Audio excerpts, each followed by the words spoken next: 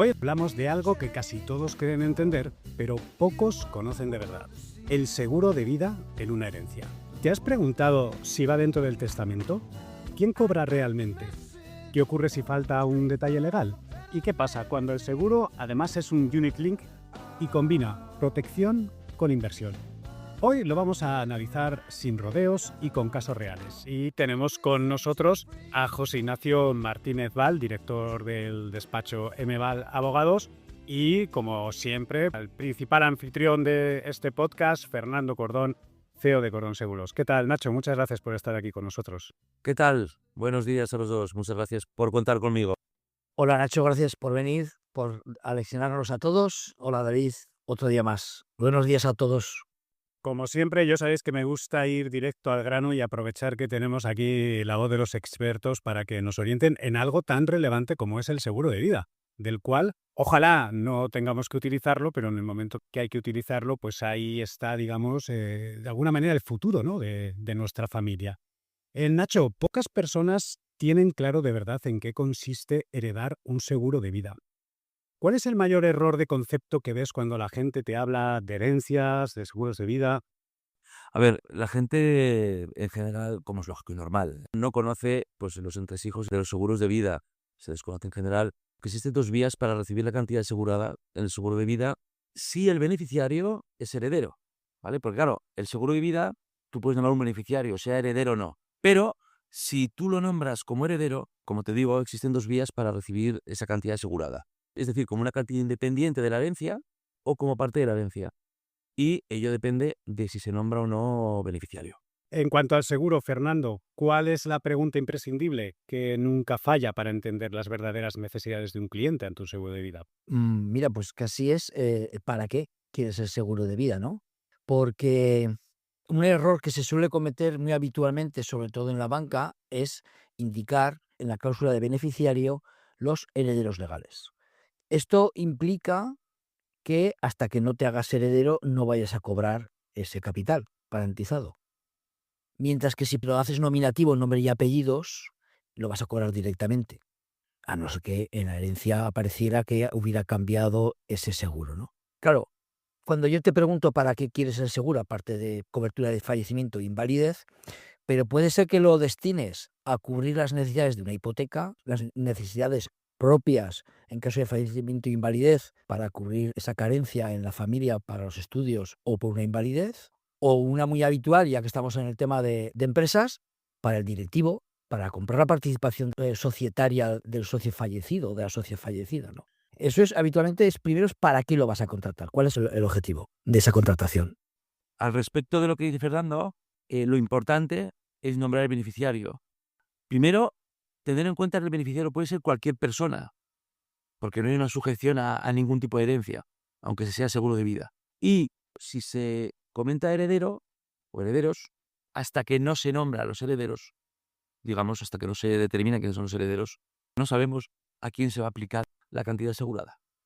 Hay un error muy común y es que en los seguros de vida de hipoteca se pone herederos legales. ¿Qué ocurre? Que hasta que no te haces heredero legal, tú tienes que seguir pagando la hipoteca y resulta que has contratado un seguro para que pagara la hipoteca. Pero y tienen que pasar 6, 7, 8 meses o más hasta que te haces heredero y entonces es el momento en el que pagan o amortizan ese capital de herencia. Tú tienes el seguro, por ejemplo, con un banco. Tú has contratado con él el seguro de amortización de capital por fallecimiento con un seguro de vida, ¿no? Y el banco te dice, tú le presentas, oye, ha fallecido mi mujer, mi marido, quiero cobrarlo. Y te dice, no, pero aquí pone herederos legales. Hazte heredera, cuando te hagas heredera, cobrarás. A pesar de que en la propia póliza dice que el banco está subrogado en esa parte del préstamo, pero hasta que no se cierra el expediente con herencia, no se cierra la hipoteca. Ahí podemos encontrarnos con un serio problema. Por eso siempre recomendamos los mediadores, es decir, nombra nominativamente con DNI los herederos. Pepa con DNI Juan y en su defecto y al final en su defecto los herederos legales. Pero esto me hace pensar, Nacho, en los detalles legales, que quizás pasamos algunos detalles desapercibidos y puede generar problemas a la hora de heredar. ¿Qué detalles legales deberíamos de tener en cuenta? Sí, lo estamos anticipando, Fernando y yo. El detalle más importante, o de los más importantes en este caso, desde el punto de vista legal, es la designación de beneficiario. Hay que tener en cuenta si quieres designar beneficiario a un amigo, a una persona, a tu vecino, o a alguien que, digamos, puede ir la herencia para él. O sea, que puede ser heredero. Claro, hay que coordinarlo también con el testamento. Si quieres que el beneficiario sea los herederos, tiene dos opciones: nombrándolo del seguro o no nombrándolo. Y esto tiene una gran relevancia. Si no nombrase a nadie, digamos que es como no hacer testamento. Lo que es el importe del seguro pasará a formar parte de la herencia y el que sea heredero lo cobrará ese importe de la herencia. Si quieres que ese dinero pues vaya directamente a una persona y además no sea parte de la herencia, si se quiere hacer eso por razones, pues proteger tema de acreedores del fallecido, pues fundamentalmente, que luego hay un riesgo de que pueda haber fraude. Pero si se quiere que no pase, como os digo, por la herencia, hay que nombrar beneficiario, ya sea como herederos o, como dice Fernando, nominativamente. Que yo entiendo que es una diferencia muy importante, insisto, porque si forma parte de la herencia el seguro, un acreedor del fallecido podría exigir directamente el dinero del seguro. Con lo cual, la persona que en principio podría ser beneficiaria, si todo fuera bien, pues igual no podría cobrar el seguro. O sea, es un tema relevante. Hay que ver la situación de cada uno y para qué quiere hacer el seguro de vida, nombrar beneficiario o no, y nombrarlo como heredero en general o de modo nominativo. Hay que valorarlo en cada caso. Siendo que esto que comentas es tan relevante, sí que me gustaría dejarlo muy claro, Nacho, para nuestros oyentes. Cuando se nombra un beneficiario que a la vez es heredero, ¿vale? O que va a ser heredero, en ese caso el dinero pasa directamente de la aseguradora al beneficiario, en este caso heredero también, ¿vale? Es decir, no entra dentro de lo que es los bienes de la herencia. Todos, desgraciadamente, hemos tenido alguna herencia, tanto personal como, en mi caso, pues con clientes. Y dice, bienes hereditarios, la casa, el coche, la cuenta corriente de tal, pam, pam, pam, pam, pam, pam. Bueno, pues lo que se llama el caudal relicto, todas esas cantidades que forman parte de los bienes de la herencia, pues el seguro no forma parte de la herencia. Lo recibe directamente el heredero, ¿vale? Porque, digamos, por así decirlo, el seguro de vida en este caso con beneficiario es como una especie de orden, para entendernos, quiero explicarlo, es una especie de orden que da el asegurado para que la compañía le dé un dinero a esa persona. Y es la compañía la que paga directamente. No entra dentro de la herencia. Por contra, David, si no se nombra a ningún tipo de beneficiario, el seguro de vida forma parte de los bienes de la herencia, de los que decimos de un coche, una casa, dinero en la cuenta, unas acciones, lo que sea. Pues forma parte de la herencia, con lo cual va al saco común. ¿Y has vivido alguna situación real que te haya marcado de alguna forma, ¿no? Que te haya hecho ver la importancia de dejar bien designados los beneficiarios? Por supuesto, tuve un caso que además fue exitoso y muy satisfactorio, porque la verdad que al chico que era menor, cuando se lo hicieron, pues le intentaron quitar un dinero que le correspondía. Claro, a este chico lo obligaron a renunciar a la herencia. Toda la familia le dijo, no, tienes que renunciar, porque tal, porque cual, por las razones que fueran. Y el chaval, al final, acabó renunciando a la herencia, incluido el seguro de vida, queriendo sin querer. La fallecida designó beneficiarios a los herederos legales, que, como bien dice Fernando, pues hasta que no hay herederos, pues no sabemos quiénes son. En este caso, como la señora no tenía ni marido, ni hijos, ni ascendientes vivos, para que lo tengáis claro, yo os lo que digo, una herencia es como una pelota. Tú coges la pelota, la tiras para abajo, primero hereda los de abajo, luego los de arriba y luego los del medio, por así decirlo, los colaterales. Entonces, como no había ningún heredero que fuera, entre comillas, directo, llegó a ser heredero sus sobrinos y sobrino nieto, que mi cliente era un sobrino nieto suyo. Entonces, como era heredero legal, aunque renunciara a la herencia, ese dinero le correspondía. Muy interesante. Renunció a la herencia. Claro, me vino la madre y me dijo, oye, ahora mi hijo es mayor de edad.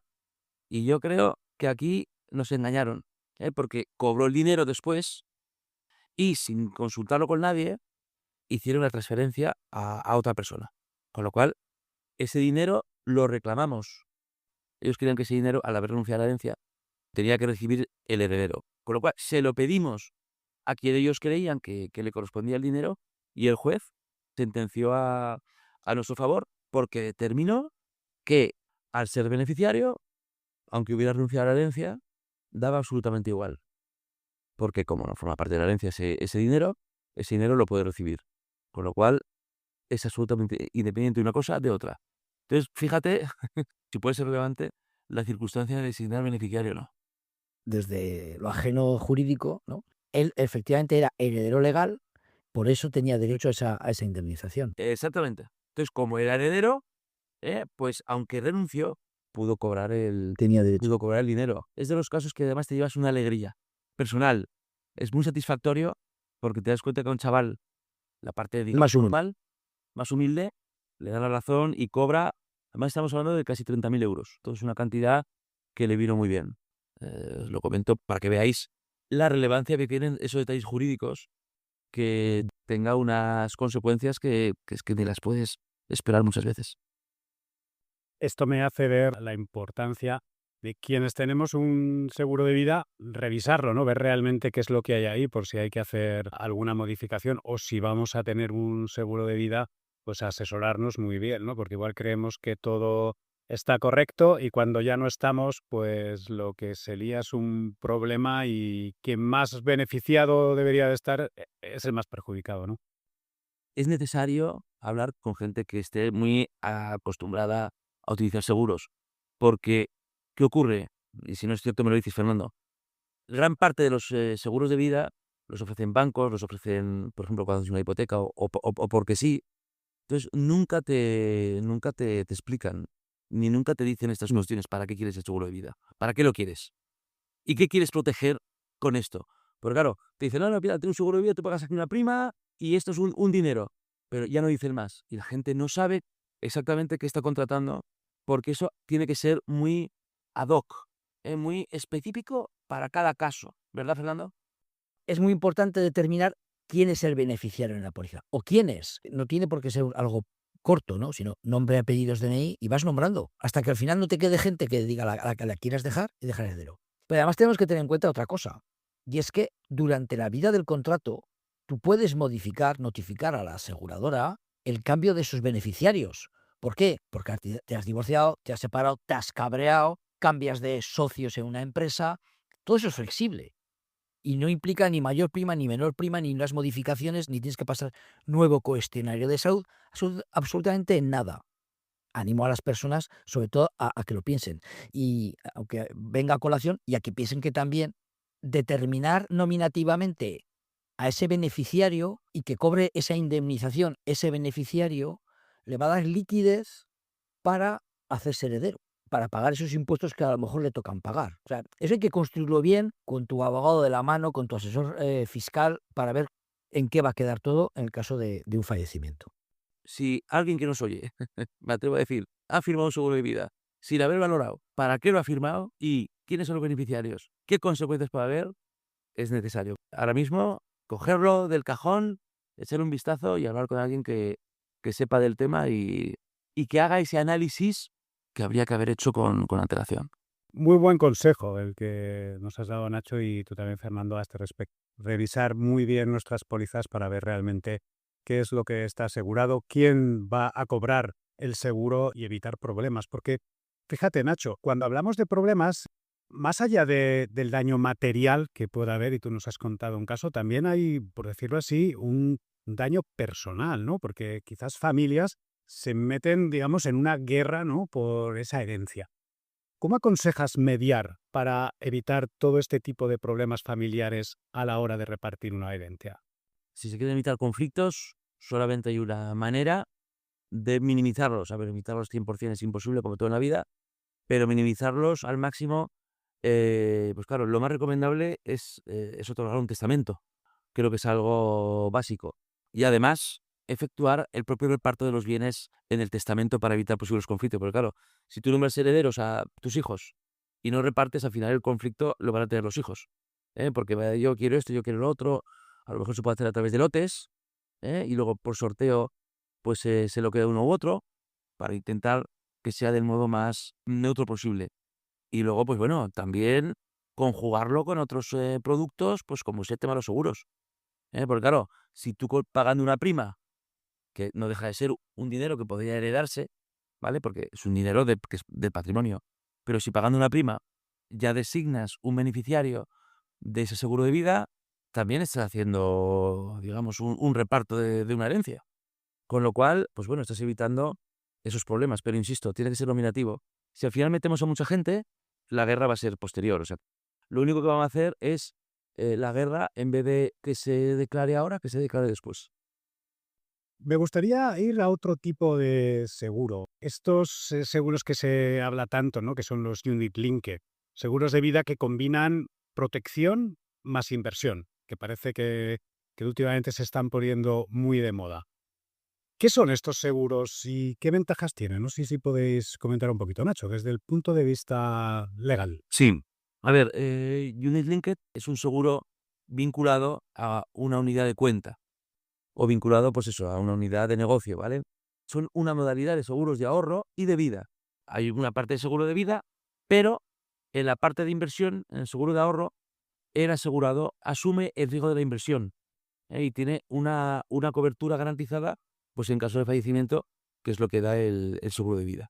Digamos que sería un híbrido entre una inversión y un seguro de vida clásico.